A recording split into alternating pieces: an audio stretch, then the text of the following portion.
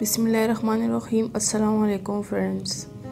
तاسو سره شیر کوم رمضان سپیشل کې سټیک بوټي چکن سټیک بوټي تندوري سټیک بوټي اې د پر ما واغستو بونلیس چکن واړه ټوکړي تنه جوړ کړی بغیر ډوکی صرف سینه پدې کې لګي ایک مثالی چې کمی لګي غدا دي تندوري مساله हल्दी कश्मीरी लाल मिर्च चाट मसाला नमक मालगा पक्के बलेगी دا ټولې مسالې دې ته به واچوئ او دا به موږ مکس کړو بالکل نه پس به بیا شمله مرچ دې ته اچېږي دې ته تاسو فرای کولو ټایم کې هم شمله مرچ اچولی شئ او مسالې ټایم کې ورته هم اچولی شئ لږ به ورته اوس واچوو او لږ به بعد کې پکې څه ټایم پخېږي ټایم به پکې ولګوو دا زه یو غنټې دپاره کېدم ټولې مسالې به دې د دننه کوشایې پورې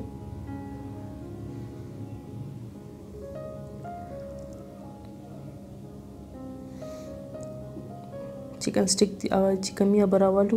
एक वाड़ो मी गटू मी शाव सर कमी के बड़ा शानी यो बोटी रावालू और आराम आराम से राव पक्यू लगो दरे चिकन खसे मिसाला गस्ते दा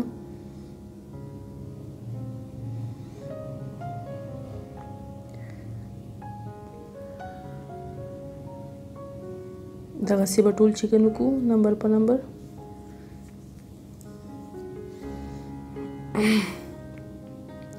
دا चिकन چې کوم هغه ما ولګو په سټیکونو کې ټول اوس نه پس دا به فرای کوو فرای پین کې به ټول کېدو طریقې سره تیل به پکې نه اچوو اوس په بل طرف کو یو طرف چې پوښ شي بیا به ټول په بل سایډ کو دغسې اړو راړو پې چې کوم سایډ یې پوښېږي هغه پې د پاسه کوو او بل سایډ به د لاندې دې ته ما تیل نه واچولي اوس به دې ته موږ لږ شان تیل واچوو ډېر تیل به ورته نه اچوئ صرف بوټي چمک دپاره دې باندې چې لږ باندې تیل واچېږي نو بوټي کې چمک راشي او په کتو کې ډېر زیاته خوند کوي لږ شان تیل به ورته واچوو او نیمبو رس به پې د پاسه واچوو تیکه چې کومه زموږ ده هغه پخه ده دا اوس لږ شان په پخې باندې پخوو ځکه چې د توي هغه خپل ذایقه پکې راشي څنګه چې بهري هغسې بالکل ټیسټ په دې کې بیا راځي دا زموږ چې کومه سټیک بوټي وه هغه تیاره شوه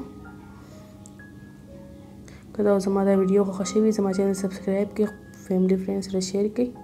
الله حافظ